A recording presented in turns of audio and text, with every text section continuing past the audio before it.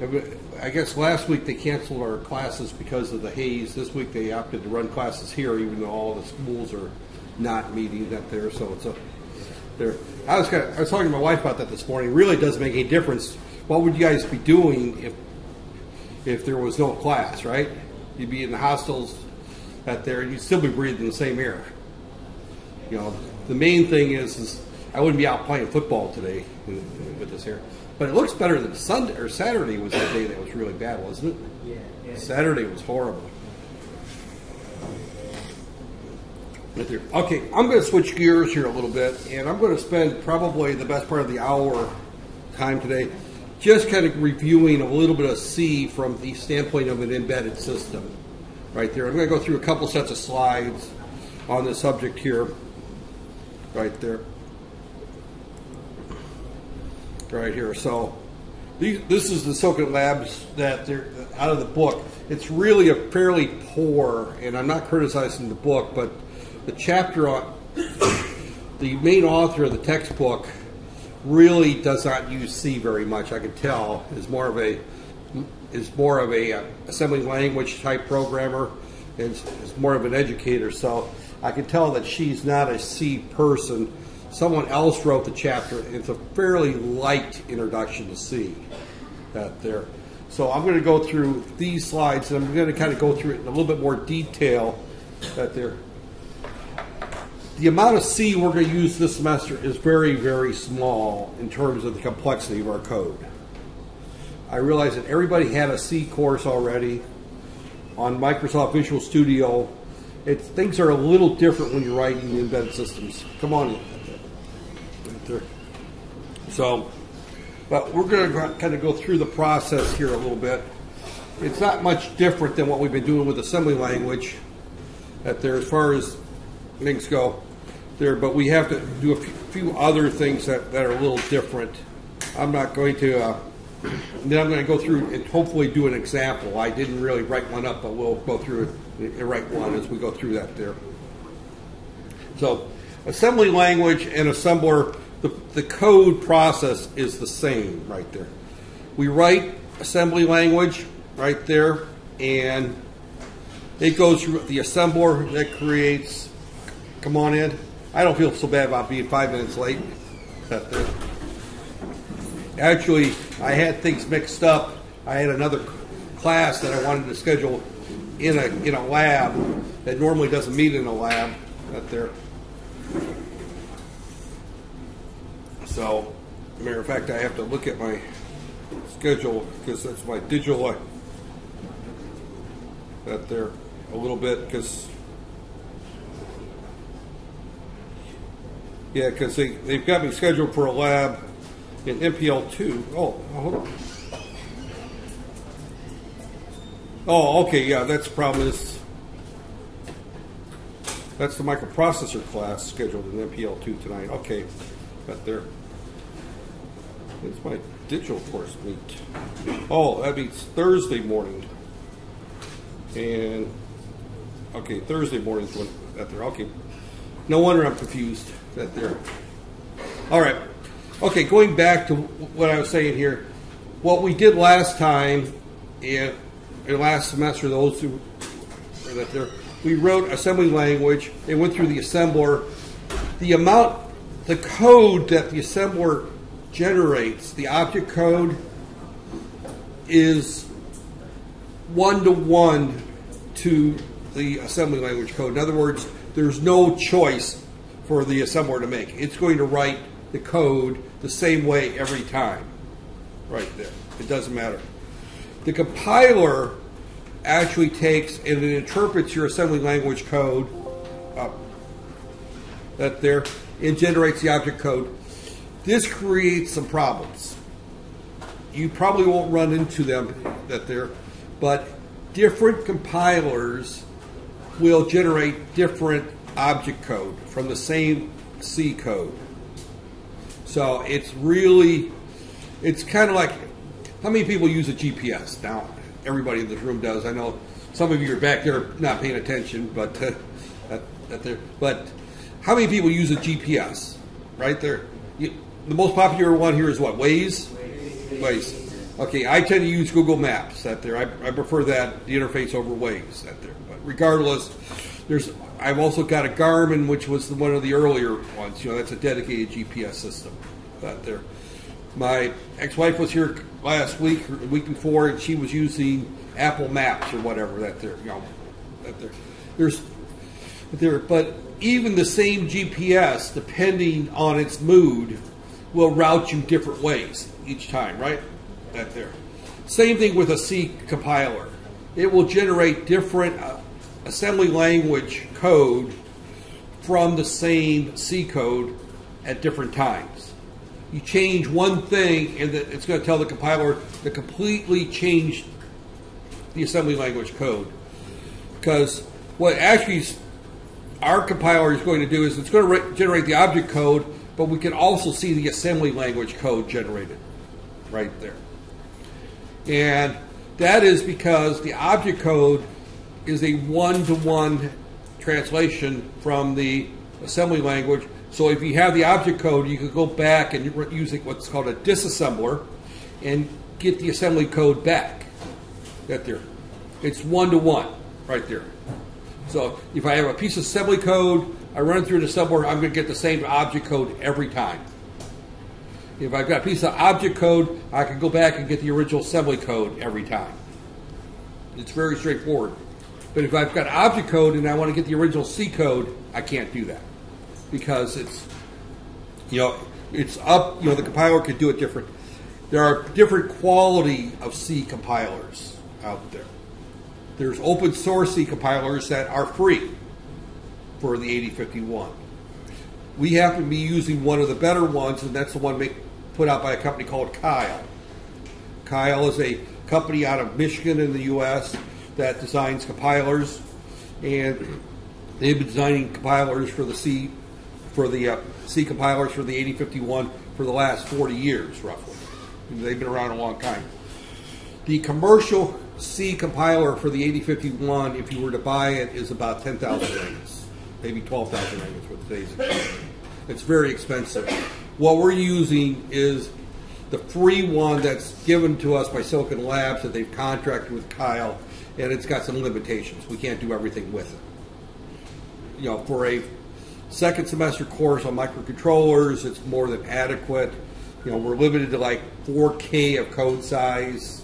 We're not going to write any programs that's 4K size out there. It has some issues with floating point. We're not going to write any code with floating point out there, but we can use it free under the condition that we don't use it for commercial work. That's it. So I don't think anybody's going to take their course project and try to package it up and sell it commercially. So out there, that's the limitation. Then both these are done or run through a linker. Now a linker does three things. The linker maps everything in your C code or your assembly code to library functions. Right there. Plus, we can have multiple files in the same project that will link together. So I can write part of my code in assembler, part of my code in C, and link the two together. Right there. So there. And then what comes out of the linker is the machine code. Right there. And what's going on. Now the machine code is, like I say, the object code. We could go straight from the machine code straight to the assembly code, but we can't go back to the C code. Now, as it turns out, the Kyle compiler and the Silicon Labs IDE stores the information there to where we can execute and see what's going on right there. So we'll go through that example here later. This is a blank program that does nothing but disable the watchdog timer. It's a standard there. Now, actually, we normally don't have _defs.h. It's just underscore. It's just .h right there. I don't know where this author put the defs there. Usually, it's 8051 f850.h we would include right there. That's very much like in the assembly language, we included the C850 8050F850.INC, I believe, for include. And then all that does is it defines all the special function registers right there. So we include that there.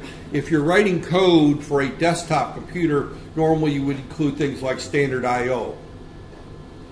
Standard I/O is the function declarations for things like printf and scanf and putchar and getchar and all those input and outputs in standard I/O. Because we're writing for an embedded microprocessor, we don't have access to things like scanf and printf. Now we can create a printf, and hopefully we get to that point, but when we use our printf, we don't have a printer on our 8051, right? We don't have a console. So when we run the printf, it's got to go someplace.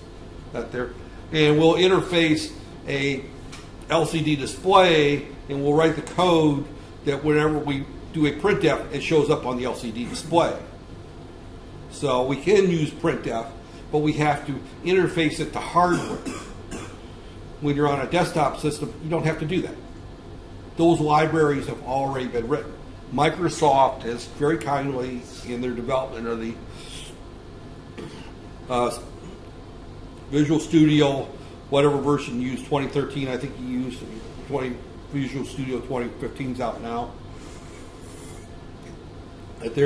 But within the library of the C compiler is the printf command. So it knows how to interface to the graphics display. We don't have a graphics display, we don't have a monitor, we don't have a keyboard. So if we want to use scanf, we have to interface it to some type of keyboard, so we have to write code for the keyboard right there. And we're at the lowest level here. If we want to, for example, write to a LCD display or write to a VGA, we have to have the hardware interface to our board, and we have to write the driver in order to get that done. We're at a much lower level right there. So, Okay, looking at the basic format, and we'll go through this again with my second set of slides in a little bit more detail. Anytime you see the word void means it's not going to return anything. Void in a desktop computer application, typically main would be of type int, or it would be left blank right there. The word void is actually optional. We don't necessarily have to have the word void there. And it receives nothing. Void is formatted like any other subroutine right there. It's right there. So it's got the name of the subroutine is main. It doesn't receive anything. It doesn't return anything. Now, if you're writing for desktop computers, you can pass variables to a program in the call. Now this was more commonly done in Unix and desktop Windows, or before Windows desktop applications, where I would do something like delete star dot star. Delete was a calling a C program, and star dot star was a variable being passed to it right there. So we don't, today's desktop computers, they're normally Windows interfaced right there. They're completely different. Here we don't have any Windows interfacing, but because we've got desktop application, main does not ever receive anything, because main is almost always called upon a reset right there. It's a hardware reset, so we don't call main. Main is where the reset vector right there. So we go back and we look at our assembly language code. If you recall, we had something called org0 at the top, and then we had a long jump to main. That's generated for us by the C compiler right there. So later in class, I'm going to go through and I'm going to pull up a C code, and I'm going to go through and just kind of show how that's done that there. Matter of fact, I may just copy this code here and use it right there. And then we'll put in some code just so you can see how the debugger works with C. It's actually very, very nice right there. So again, register definitions right there. This is just telling us what's in that C8051 F850 file. This is 020 underscore DFS, but in our case it's going to be the 850 since we're using the 850 board, and the underscore DFS, I don't know where he got that from. It may be from a different out there. But all this simply says is that it declares as a special function register port 0 and it's equal to address 080 right there. This is the way we show hex numbers in C. 0x and then the number. As you recall, we put the H after it in the assembler. Here we put 0x to mean hex right there. So special function register serial buffer is this location. The interrupt enable is A8. The watchdog timer control is location FF. The global interrupt enable is a bit. See that? See that right there? It's a bit right there. And its address is IE, which IE has to be defined further up in the table. It doesn't tell us that IE. And it's bit 7 right there. So global interrupt control right there. So many of they're used 2 consecutives. We can talk about 16-bit definitions right there. I'm not going to worry so much about the 16-bit definitions right there. We won't. Those are typically timers that when we look at there, where we have a timer 0 high and low right there. So right there. So now when we look at our standard C, these are our typical data types that are available right there. And char and unsigned char are both 8 bits. However, signed char takes on a value between negative 128 and 127. Unsigned char goes 0 to 255. Right there, it's 8 bits. Enumerated is a special type that you defined. An enumerated variable, typically you use names such as days of the week. And we define days of the week as Sunday, Monday, Tuesday, Wednesday, Thursday, Friday, Saturday. It could be months of the year, January, February, March, April, right there. It could be classrooms, L01, L02, L03, and we define these various types that there. We could use Boolean, which is just true or false. Boolean is actually out there. So enumerated is usually a type that we would define. When we'll look, it's a Boolean right there. Right there. Signed short is a 16-bit number, and we can have unsigned short right there. So that's actually a word. And it goes from 0 to 65,535 or negative 32,768 to plus 32,767 right there. So int is actually the same as short right there. So typically most people will use int that there. Now these definitions might be different. As a matter of fact, I know they're different than what Microsoft uses in Visual Studio. Because there, I think, as I recall, a int is more of a long right there. But you got to remember, your desktop computer, you measure your memory in gigs, right? 2, 4, 6, 8, 16, 32 gig. Now, some of the new motherboards will take 64 gig. We have lots and lots of memory on desktop computers. When we're defining data in our data types, we're dealing with a processor that's got, what, 256 bytes? We measure our memory in bytes out there. And then we have external data that is in 4K. So we don't have a lot of memory to play with. So as a result, we try to keep our memory data types relatively small. Now, specific to the 8051, we have bit, S-bit, SFR, and SFR16 right there. Those are data types that are only used for 8051s for embedded. We never use a bit for something in desktop C computing. Every now and then you would use something similar called a type Boolean. Boolean is not mentioned here, but Boolean is the same as bit. It's 1 or 0. right there. True or false, right there. S bit, again, is also a bit. S bit is usually a part of a special function register. Special function register is at 8 bits, and SFR16 is a 16-bit special function register, right there. So this is kind of the fairly short, right there. So a key thing here is, right there, is that we've got 256 bits of internal data. The first 128 bits are both directly addressable, indirectly addressable, which is no big deal right there. I mean, that's our normal operating. We have 128 bytes of data that we can address. That's our normal data that the 8051 has right there.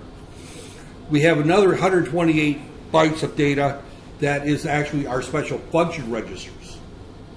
And that's why this says can only be addressed indirectly. In other words, these are our special function registers right there. And then there's a 16-byte area starting at 20 that we can have as bit addressable right there. So the internal right there is very fast because we only use an 8-bit address. It's extremely fast right there. So we can declare things as an int and ADC result, and it's going to be placed anywhere in memory that the compiler chooses. We don't necessarily control where things go other than if we use the special function registers. Those are already assigned. We don't declare that right there. So small memory placed, this variable is placed in the data area, compact in the iData, and then large we use right there. So I'm not going to get there. Internal data can be broken down into that there. Typically, we're going to use the data that there. So that first 128 bytes is what we normally work with. The iData we don't necessarily use so much because that particular memory area includes the special function registers. So we normally just address our special function registers with their name right there. And then we also have bit data right there. So we can assign char, unsigned char data, and its name. That's one way of doing it. This is going to specify that it's going to go in the first 128 bytes someplace. We can say that int iData, which I don't use the iData one that there because we don't want to have it right to the special function registers. I leave those alone. And then we have our B data, which is going to restrict it to be in that 16 bits that or bytes that are bit addressable right there. So normally you would not define a int in the B data area unless you want to address particular bits within that particular there. So in other words, status is an 8-bit word or 8-bit byte. It's 8 bits wide, but I can address status *3 and look at the third bit in that variable right there. That's the reason you would do that, is if you wanted to address individual bits within the word. So this is a lot of information very quickly right there. So and then we have bit, flag, B data, 16-bit variable X, bit addressable variable X right there. Individuals can that there. Flag is only used to store a 1-bit value right there. Right there. So flag, that's just a repeat of what we got there. So this is basically saying that here we can say that, and it's what I just mentioned a minute ago, we set X as a 8-bit data, and we told it to put it in B data right there, which is the bit addressable data right there. And because we did that right there, see, X is in B data there, we can define X7 underscore flag as the 7th bit in that word right there. X bit, red LED, is port 0 bit 1 right there. We've already used that and when we did Blinky, we did that in assembler, right? Right there. So we can set up right there. S-bit variable cannot be declared, it must be global. That's just kind of a at their question. Have you talked about in your C course the difference between global and local variables? You should have. Right there. Okay. Right there. I just don't want to have to spend time going through it right there. But something that's local is only seen within the function. Anytime that we have an S-bit, it has to be global. Right there. Right there. And to be honest, we tend to use more global variables in embedded programming than you do a desktop programming. People who teach desktop programming will tell you to avoid local variable or global variables like the plague. That there. But because of the interrupt nature of embedded systems where you have interrupts, we tend to use more global variables because we don't know when an interrupt is called, we can't pass anything to it. So interrupts can have local variables within the interrupt, but they cannot access variables in other functions. We can't pass something to an interrupt. So anything that an interrupt needs to know has to be global. So we tend to use more global out there. And I know that used to drive students in my program back in the U.S. when I taught this same course, it used to drive me crazy because the guy that taught our C course worked for, well, it used to be ITT, now it's Lexus, but it was a government contractor, and he was extremely strict on local and global variables. You do not ever use global variables. And then they come into my class and I start using global variables, and I completely confused them out there. And John and I had a little discussion about when he talked about global and non-global variables that, he needs to point out that there are times you have to use global variables. So I tend to use more global variables than a proper CS programmer would like me to use out there. But again, that's because of the nature of using interrupts that tend to call other functions out there. So you tend to have some things globally. Then you also got to remember that your code tends to be much smaller too. So one of the big issues of global versus non-global variables tends to be that people forget variable names in large programs. That a normal embedded program for an 8051 application is probably going to be somewhere, and I'm talking about a commercial program it's probably going to be 10 pages, 12 pages out there. You might have something that's 20 or 30 pages. I've worked on some that are that long, but you're not going to have huge.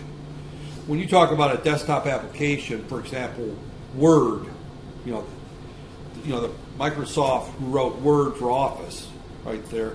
The Word is probably 600,000 pages. I don't know. I'm making some number up. It's huge. Out there, it's a very large program, and it calls many functions. It does many things. We're looking at applications such as controlling the timing for the engine on your, on a car. We're looking at, we're electrical engineers. We're not computer science people, folks out there. So our code is, the code that we're going to write is controlling hardware. Now, if we're talking about hardware like the flight deck computer on a 747 or a Airbus A330, then we're talking a lot of code, and we're involving computer science people. We're involving some serious calculations. We're doing it's beyond the scope of what I'm teaching in this class. That's way beyond the scope of what I'm teaching in this class. I've worked on some avionics type equipment up there, but it was at the engine control level, not at the flight deck. Out there. So we'll be using more global variables, and this is a situation of anytime you use an S-bit, all S-bits have to be global, right there. So, and again, if you're going to be using at there, so if you use anything that's really bit addressable, you're probably going to be using single bits within that word. Otherwise, you would define it as in the B data area, right there. So as we look at it there, here's another example of that there that just simply says that S2 is status, the 5th bit of the status up there. Get there. Now you cannot declare an array of bits or a bit pointer. The Kyle compiler just doesn't allow that. We have not got into pointers. Did you do pointers in your C course at all? Did you guys talk about pointers? That there, okay, you did not talk about pointers, all right. We will talk a little bit about pointers up there. Because a pointer is a way that we can address an array that there in increment. You did pointers, you just didn't realize it. Arrays use pointers right there. Right there. So we also have our X data space right there. And again, we look at our X physical right there, physically located. Now, remember that this particular slide is a little bit, is written by someone who is not 100% familiar with the Silicon Labs, because he says external data can be read, written to, from, and is physically located externally from the CPU. And I said that was one of the things that's very confusing with the Silicon Labs, is that some of the X data can be internal to the CPU. That there. So the original 8051 had no external data built into the chip, and many of the ones don't. But the Silicon Labs and some of the others, some of the Philips, have physical RAM within the chip that is referred to as X data. They have to use it as X data because in order to be for the compiler to work with all versions of the 8051, they have to be consistent. So the consistency is that all 8051s have 256 bytes of data in the internal data. They can have up to 64K of data in the external data. If a chip manufacturer decides to put some of the external data on the chip, it still has to be set up in a way that the compiler treats it as if it's off the chip. Right there. Now, it says here it's very slow in comparison to internal data. When you're talking about internal, external data, that's bad English. I don't know, that's like little big, right there, right? Jumbo shrimp, that they're they call that an oxymoron. Two opposites, but external data that is built onto the chip, it's at the same speed as the internal data. So it is not slower. It's very fast. And you got to remember, we're working with chips here that are in the 20 megahertz range, 24 megahertz range top. When we run them in slower speeds to save power, we're running sometimes down in the kilohertz range. The speed difference of going on and off the chip is very, very small. Now we may add a clock cycle there and the reason we'll add one clock cycle to our memory access is that we have to put out a 16-bit address instead of an 8-bit address. So it does slow it down a little bit. Anything that's internal, the process, when it does a read cycle or a write cycle, it only has to put out an 8-bit address. That there. Whenever we do an external, we have to put out a 16-bit address, so the instruction is 1 byte longer. So it takes one more instruction cycle. So it is a little bit slower, but the speed difference is not significant in our applications up there. So we have two different types that there. Normally we just use X data. I've not bothered with the P data. The P data is a little bit more efficient, but again, most people just use X data if they want to. That there. Now, remember when we talked about assembly language, we didn't do any labs with it, but if we wanted to use external data, we had to use MOVX, right? And if it was in the code segment, we would do a MOVC. We don't have to worry about that in assembly or in C. We don't have to worry about that. If we define something as in X data the compiler will put it in X data, and it will generate the right moves for it. So the only thing we have to do different is when we define it, we just simply say that it's an X data right there. So again, they don't have any examples of. I have to come up with some examples before the end of the semester on how to use the external data, because some of them up there. So, okay, arithmetic operators, you've had this before up there. I'm not going to go through that there. You know, again, our if then else's are the same up there. Logical ands, logical ors, and logical nots. In embedded systems, we will probably use this more often than you would in desktop applications. Right there. You probably never use logical, these three instructions in your, that there. You use these. Right there. Equal to, not equal, less than, greater than, less than or equal to, greater than. You use those, but you didn't use that there. And you probably didn't use the modulus very often. That there. That's one that's used quite a bit in generating random numbers. For example, you might use that right there. If I would generate a random number and multiply it by some very large number, and then I would do a divide by, say, I want to throw a dice. I want to throw a dice. You know, dice is the random number between 1 and 6, right?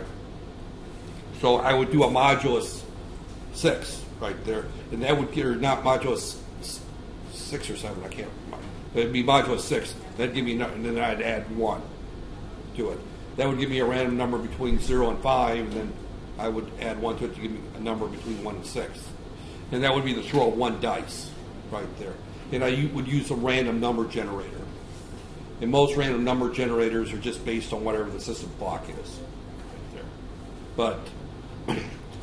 But as I recall, when I started doing a lab, I taught the second half of the C course, and I wanted to do a course final project where I had them do a simulation. Nobody knew how to do a random number generator. That there. Random number generators are used a lot in engineering applications. That there.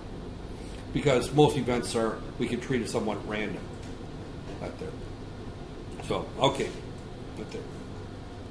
Where were we here? Internal data, we talked about this right here. This is the review. Oh, I'm going the wrong way. No wonder all these slides look familiar. We're kind of wrapping these up right here. It has some bitwise and bitwise or right there. Not one's complement right there. Bitwide exclusive or, shift left, shift right. Those are things that we would typically do more in the embedded world than you will in a desktop world. Right there. There. In other words, if we want to see if a particular bit is set or not set. Now, when I'm going to kind of contradict myself here a little bit. I just made the statement that we would use these more in embedded systems than we will in desktop systems. But because the 8051 has so many bit addressable variables in the special function set, in particular the ports are bit addressable. The first 4 ports are bit addressable, ports 0 through 3. That somewhat eliminates the need to do these logical ands and ors right there. We can set a bit by just using, set bit right there. We can set a bit to 1 or 0. We can clear a bit, which is the same thing, set it to 0. We can tell if a bit is a 1 or 0 just by looking at the individual bit right there. So other processors don't have as many bit addressable memory locations or ports in that there. Then we have to play games with these ands and ors right there. So the 8051, we don't need to do that as much as, say, the PIC processor or some of the ARM processors right there. The 8051 is very, very right there. So, like, for example, if we want to turn a bit on, we would OR it with that particular bit with a 1. So if I wanted to say, for example, let me down here.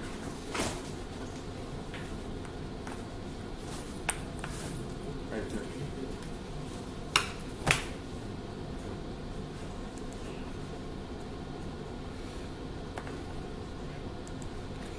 So we could say port 4 is equal to port 4 ORed with 0x02, for example, right there.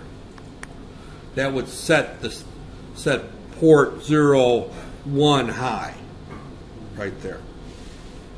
If we want to set that bit low, port 4 is equal to port 4 ANDed with 0xFD.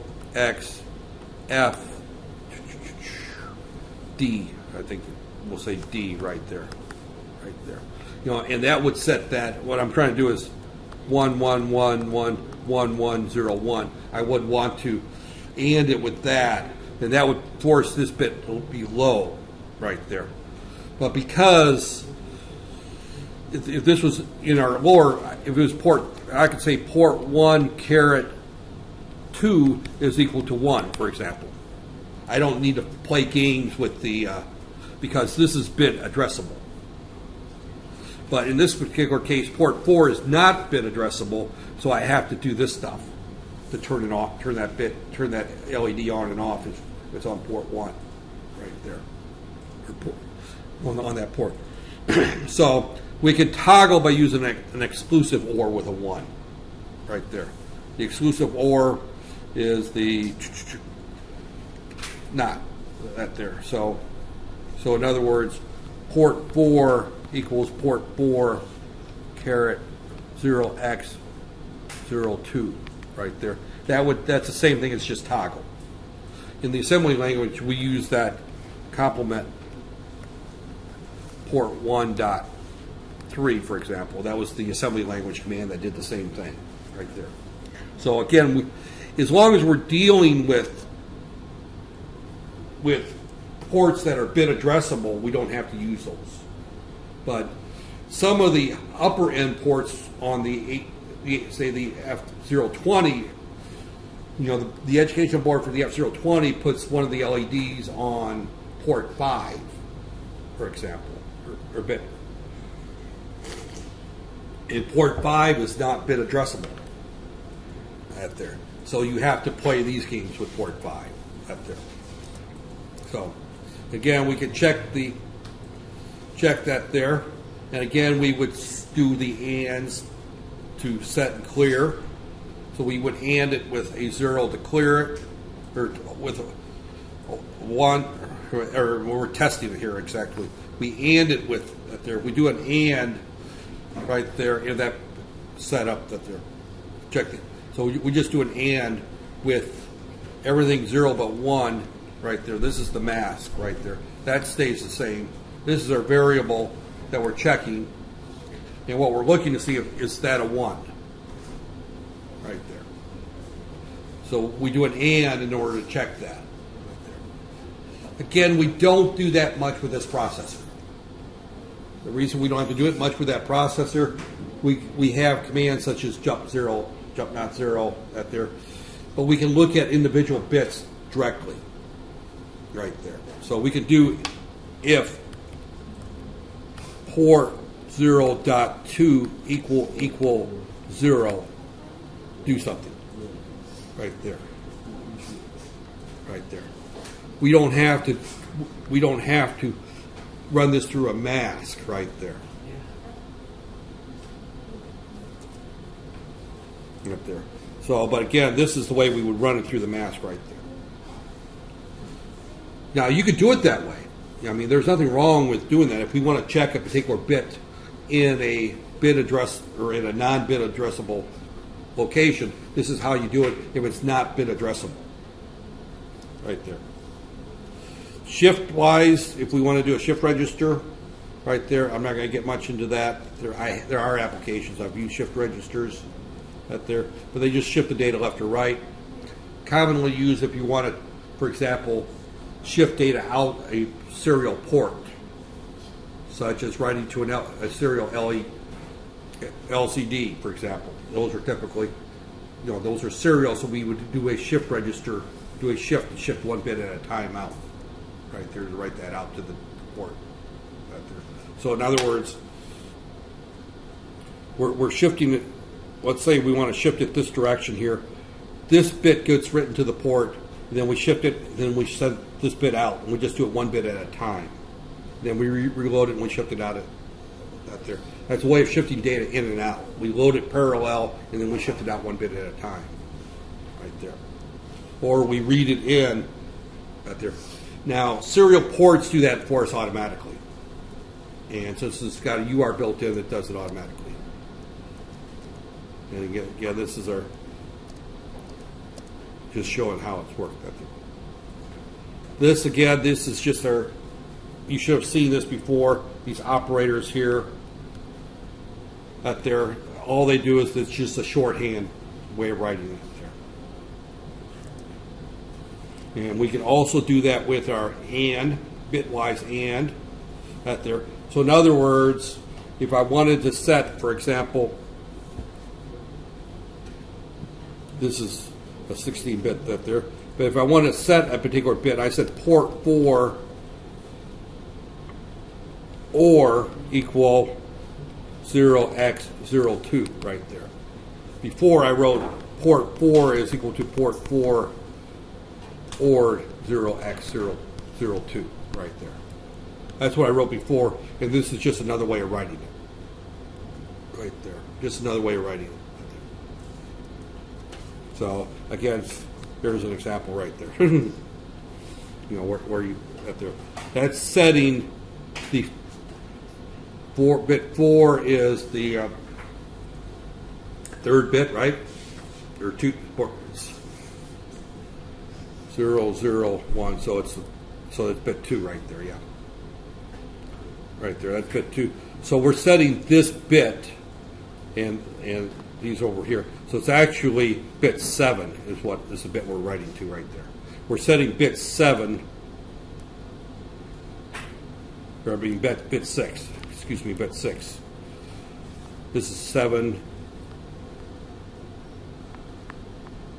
So this is bit 6 right here. Right there. We're setting bit 6 to a 1. And I went through all that to figure out which bit we're setting. And the example right there says we're setting enable port 1.6 as a push-pull. So this is a special function register for port 1. It's setting its mode out. 1 is push-pull. 0 is open drain right there. So if we want to drive an LED or something with it, we want to have a push-pull as an output. We write a 1 to that particular port in that special function register in order to make that output a push-pull right there. So we know that because we've studied the data sheet for hours and hours and realized that that's how we do it. But that is how we would typically do this. This is waiting for a particular bit to be set right here. This is bit 8, 1 0 0 0 0 0 0. So we're looking for this bit to be set right there. So we wait until this is not equal to something, because this will be equal to 0 as long as this bit's a 0. As soon as this bit goes high, then it's going to be non-zero. It will jump out of this loop right there. So this is just going to wait for that bit to go high. Is what that's going to do right there. And that's a particular pin right there. Right there. So this is how we would address, and you'll see these on these bit addressables, these 8 right there. You typically don't see these as much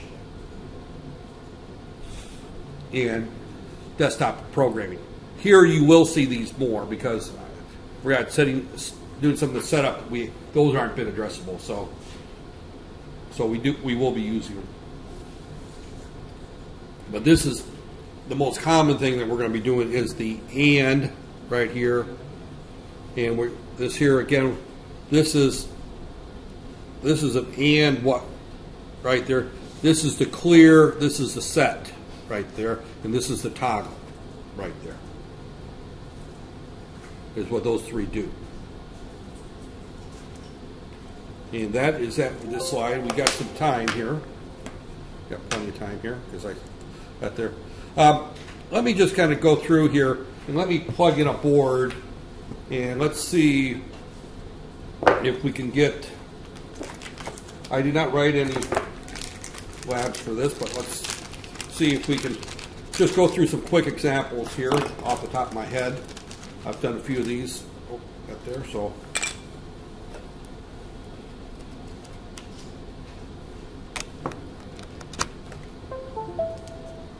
Right there. Okay.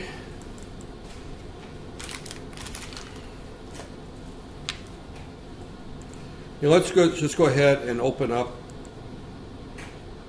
Well, we'll just open up the C version of Blinky. Oh. I guess it is called _def. I just never noticed it before. That is the right name. I lied to you up there.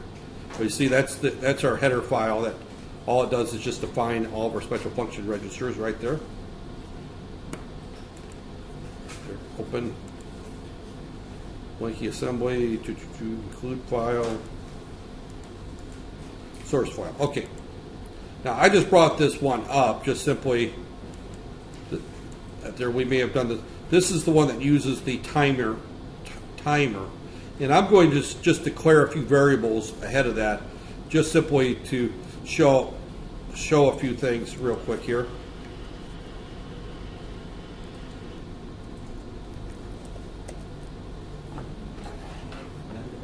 Char A, B, C, right there. And I'm just going to down here, as we look at this right here, I'm going to just simply stick a few statements in here that says A is equal to 8, B is equal to 9, A plus plus,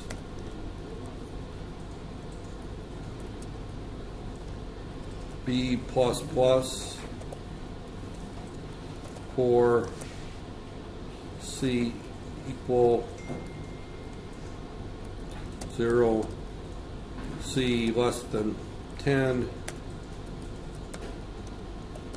C plus plus,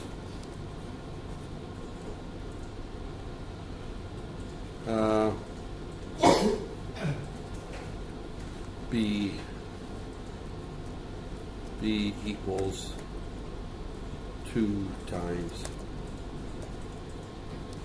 plus 3 plus equal 3.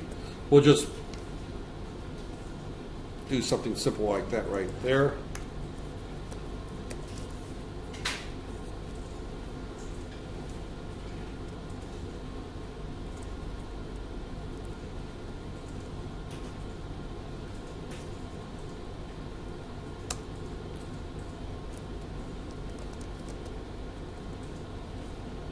Actually, this whole thing should be indented.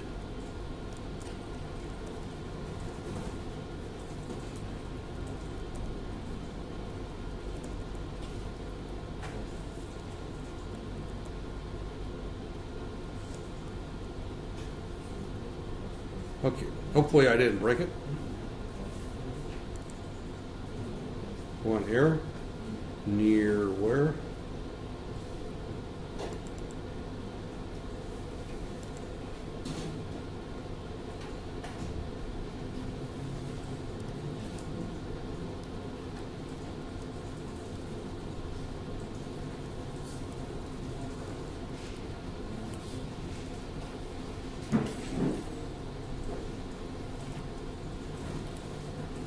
Shouldn't have to put that there. C plus plus equals 0, 0. One here, near. Says line 82.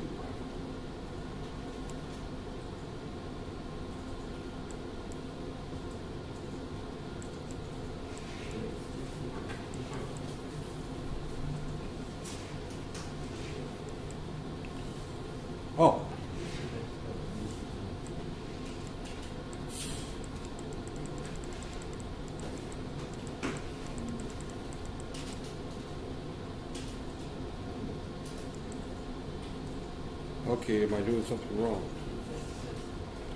Oh, I see my problem. Right there.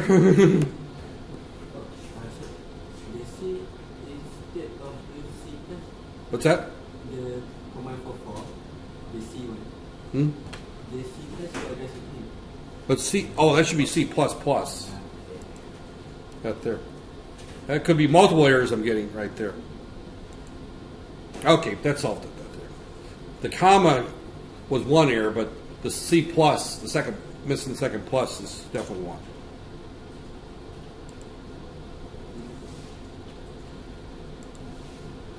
So, all right.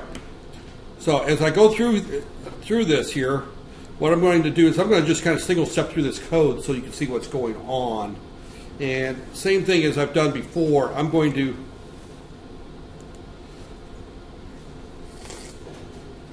do something a little bit different because I'm not using the registers this time, I'm using variables.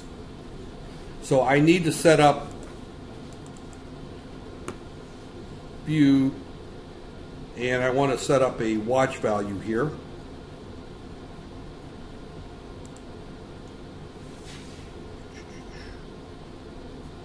Watch window right there.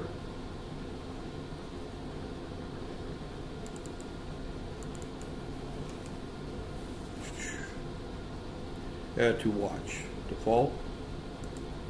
See right there. So I'm going to set up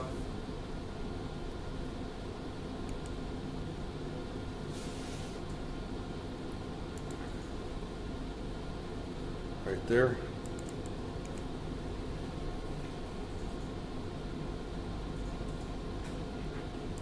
Right there. So I'm seeing the values of A, B, and C. Now, I declared them as char. I should have declared them as unsigned char. So I'm going to go back, but it doesn't really matter since their values are all low at there. But notice that they have their. So I'm going to go ahead and to save a little time, I'm just going to set a breakpoint right here. Right there. And just run it to that location there. Now you'll notice here that A, B, and C are not equal to anything right there. And I can step through this.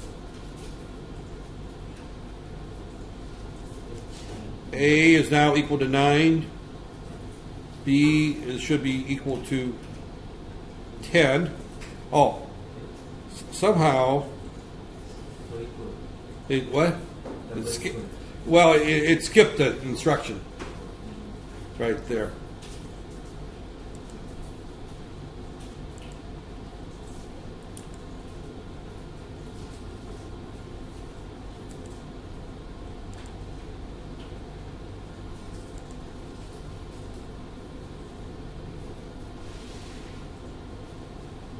I want to do a reset.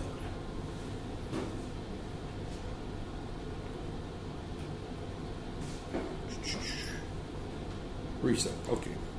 All right. Let's just go through here a reset right there. Now let's single step it from the beginning right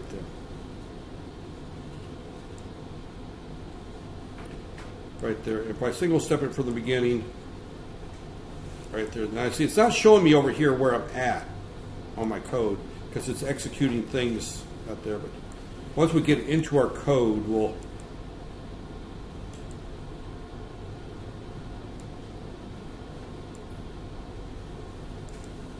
okay. So again, what we're seeing here is we're set bit. Here we say EA is equal to 1. If we look at our assembly language instruction, that is setting bit A8.7 right there. So that's just setting that bit right there. Now, it jumped over this right here and did the A equals 8 already here. Well, our next instruction, why did it skip? And this is one of those frustrating things. It's skipping this instruction right there. Remember I said sometimes these things do strange things? And right now I've got a strange thing happening. Because the next instruction, right there, matter of fact, I don't even see that instruction in the assembler over here. A8 equals 8. That there. I see here move into R609. That's this instruction here. I see here our set bit here. That there. It skipped the. It skipped our A8 equals. Do you know why? All right. Let me explain to you what just happened. That there. This is one of these mysteries of C compilers. This C compiler looked at this code and said, I don't use A for anything. It's not used. Why have it? It took it away. It did not generate code for A8. A is equal to A8. I increment it here, but I don't use it for any calculations. I don't do anything with it. So as a result, it just made it go away completely. And remember what I said earlier, that there is not a one-to-one correlation from the code generated by a C compiler back to the C code. I wrote in my code A equals 8 and an A++, but since I didn't use it, it just said we don't need it. It made my code smaller by taking out unneeded pieces of code. So that's there. So if I want it to be there, then I need to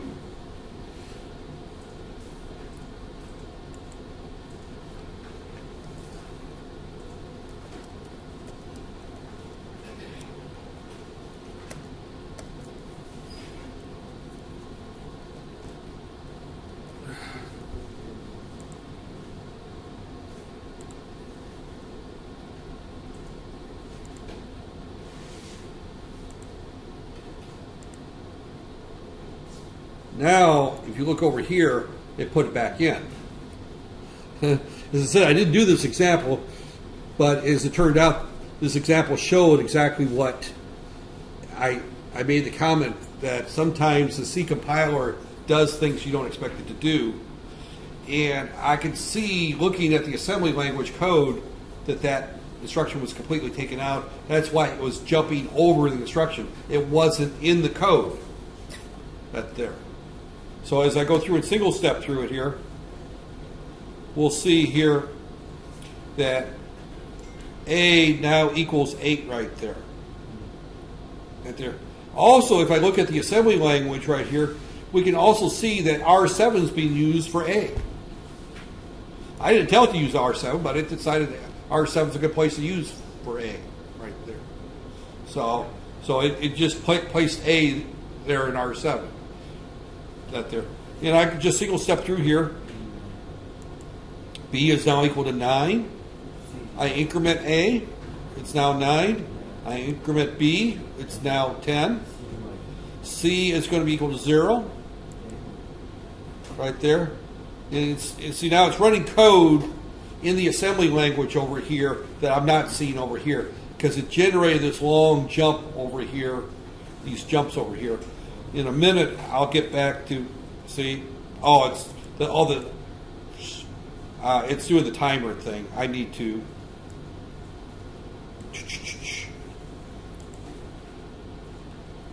I need to turn off this timer. Right there. Because otherwise, it's going to keep that there. So let's go. Let's do it again here.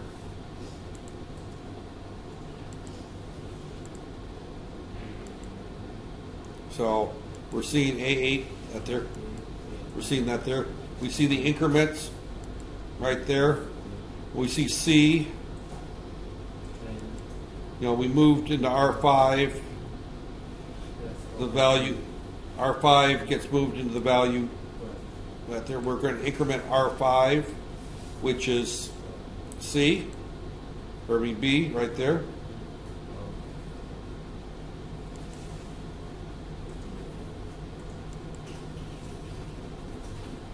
We increment, we add 2 to A. We go back here and we add 3 to B again. And as you can go through, you can see that we can go through it, and we can see our values over here, right there. If we want to add two numbers together, right there, let's say C is equal to, now this will give us an error, A times B, right there. If we try compiling this, it should give me should have gave me an error. Oh, it didn't, because C is defined that there. If I tried stepping through this, we'll see what happens here. Oh.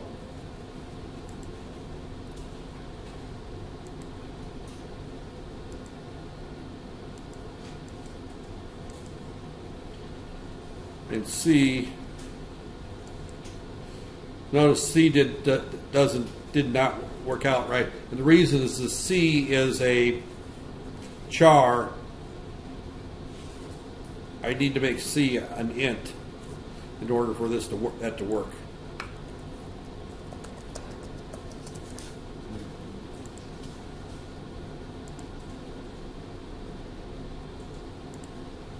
Right there. Because remember,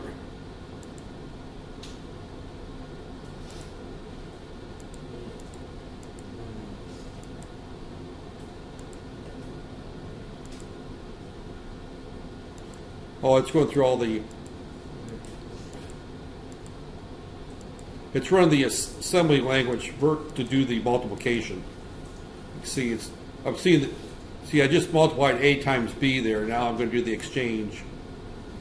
So this is hanging here. This is not showing moving, but over here I can see the assembly language code that's being executed. And when it's done,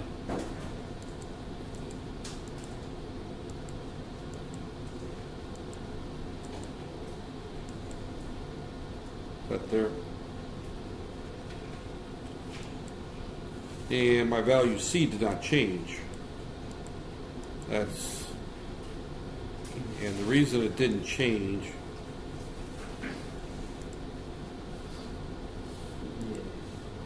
is that I need to re-add it because I changed type.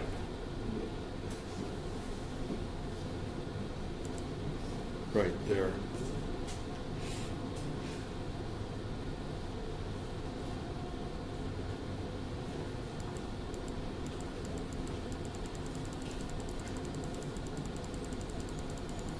As we can see as we go through our loop here, it's still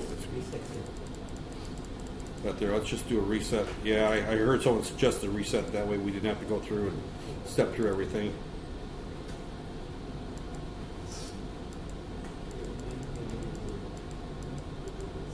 And then we can.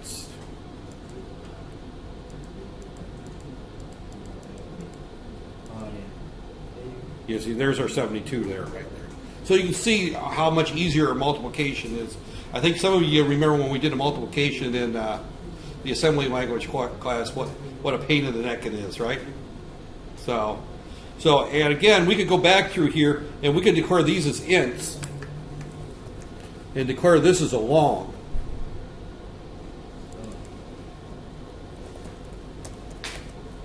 And then I'm going to let you go here. Long, right there. We'll do 18 times 19 right there. And I'm going to make our life a little easier, and I'm going to put my breakpoint right there. But before I do that, I have to delete. I have to add all three of them up there.